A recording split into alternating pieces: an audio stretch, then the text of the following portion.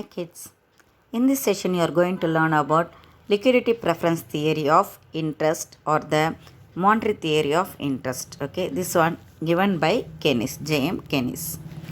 According to Keynes, interest is purely a monetary phenomenon because the rate of interest is calculated in terms of money alone. The rate of interest is calculated in terms of money. Interest is the reward for parting with liquidity for a specified period of time.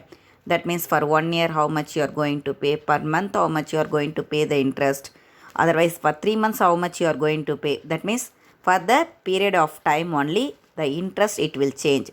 If within a that means after 1 month if you are going to repay the amount means the interest it will be very low, isn't it? After 1 year only if you are going to repay the amount what you borrowed means the interest it will be high. Okay, that means according to the period of time the interest, the reward of the capital it will change. Meaning of the liquidity preference. Liquidity preference means the preference of the people to hold wealth in the form of liquid cash. That means as a cash they should have in their hand. That is known as the liquidity preference. Okay, the non-liquid assets, bonds, securities, bills of exchange, land, building, gold, this and all won't come under this one. That and all already what I said, non-liquid assets. Non-liquid, that means after selling the bonds, after selling the gold alone, you can able to get the money. Not like that. The money you should have. Okay, the cash you should have in your hand. That is known as the liquidity preference. It is the preference to have an amount of cash rather than of claims against others. Okay, motives of demand for money. What are the motives of demand for money? 3 motives of the transaction motive, precautionary motive and speculative motive. Transaction motive. It depends upon the income. How much you are getting the income, according to that alone the transaction motive it will change. Okay, that means here the transaction motive it relates to the desire of the people to hold cash for the current transaction. Current transaction means day to day transaction. Okay, if you are earning 1000 rupees means 125 rupees what you are doing there, you are keeping in your hand for the day to day transaction. If you are earning 2000 rupees means you will be having in your hand as a 250 rupees for the day to day transaction. That means amount what you are saving under this motive is depends on the level of income. Okay, that means it is saving alone. That 125 rupees for 1000 if you are getting the income is that 125 rupees is a saving alone. But for what purpose you are using that one? For the day to day transaction you are using that one. Okay, next precautionary motive. The precautionary motive relates to the desire of the people to hold cash to meet unexpected or unforeseen expenditures. What are the unexpected or unforeseen expenditures? Sickness, accidents, fire, theft, like that only they given. Okay, that means we won't expect about that one. What are the things, what are the money we saved there, that one we will utilize for like this type of the unexpected expenditure. The amount here also what we are saving, same only 125 rupees only they are saying. That means 1000 rupees means 125 you are saving. But for what purpose you are utilizing it, that is the thing. Okay, in the transaction motive for what purpose you are utilizing there, that amount what you are saving you are using for the day to day transaction.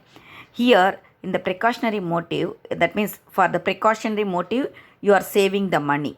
Here for the transaction motive you are saving the money. Okay, in the precautionary motive how we are saving the money, unexpectedly it will be useful.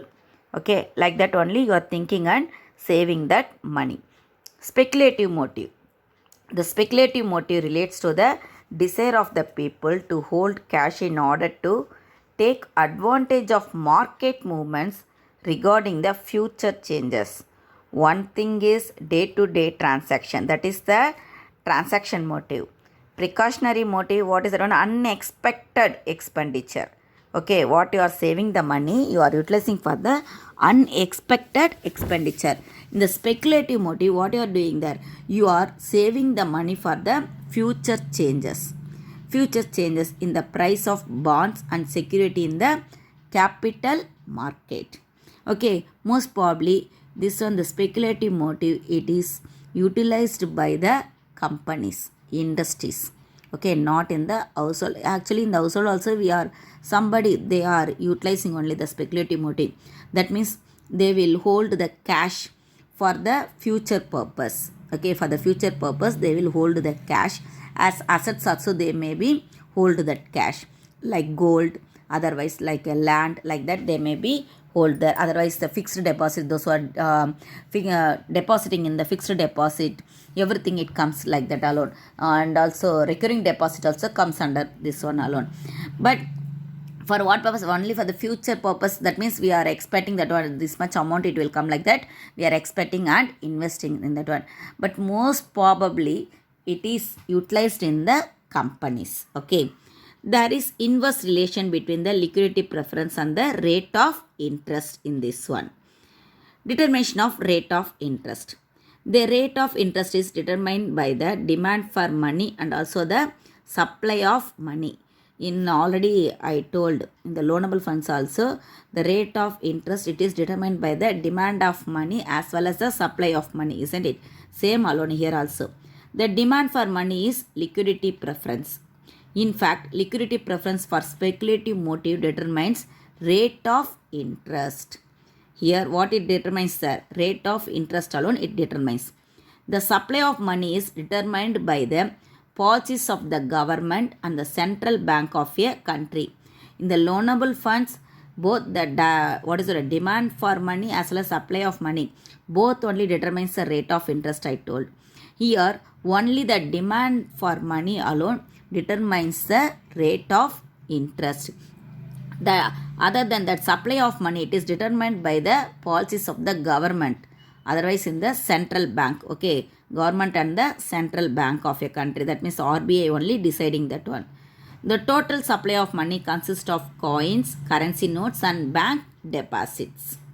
Okay, equilibrium between demand and supply of money. From this graph itself you may learn here. Okay, this one they said in the form of the speculative motive. In the speculative motive here, the loanable funds, that means what they given is a LP. It is this LP is the liquidity preference curve. Okay, here M2, this one, what it shows means satisfy speculative motive curve of money, demand for money and supply of money, both only x-axis, y-axis rate of interest. Okay, in this one, demand for money and supply of money, it remains constant. It remains constant, it won't change at all. Okay, if the liquidity preference curve, it is in the L to P, means the interest rate of interest is O to I is the rate of interest. The LP curve and the interest, both it intersects at point E. Okay, both intersects at the point E. Okay, E is the equilibrium point in this one. If the liquidity preference curve, it increased by L1 P1. Okay, if it increased means the demand for money, and that means the demand for money and supply of money, it remains constant. Okay, there is no changes in the demand for money and supply of money, but the rate of interest, it increases. When the liquidity preference, that means the cash, when it increases, then rate of interest also it increases. O to I and L to P is one of the liquidity preference curve, and the O to I is the rate of interest. When the liquidity preference curve, it increases to L1 to P1, then the rate of interest also increases to O to I1.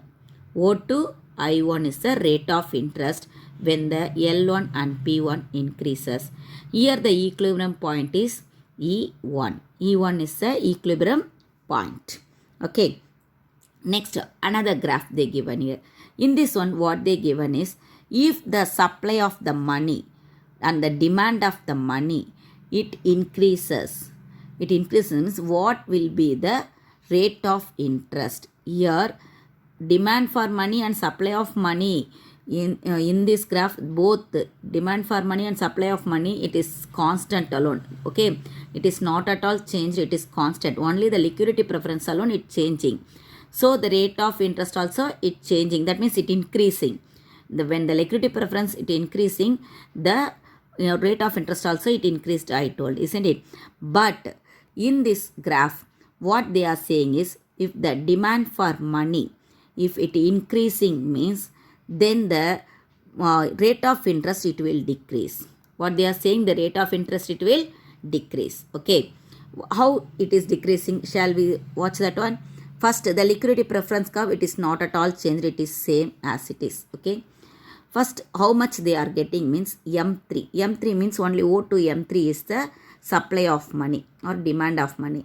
At that moment, the interest is I3. This one I, not the L. This and all I alone. Okay, they given as a L, but it is I. Okay, I3. That means only little bit amount only is getting there, but you should pay the rate of interest I. When the money supply, okay, demand for money and the supply of money, it goes on increasing, then the rate of interest it will decrease, because there is a more supply of money. If the supply of money is more means, definitely the rate of interest it will decrease. Okay, thank you kids.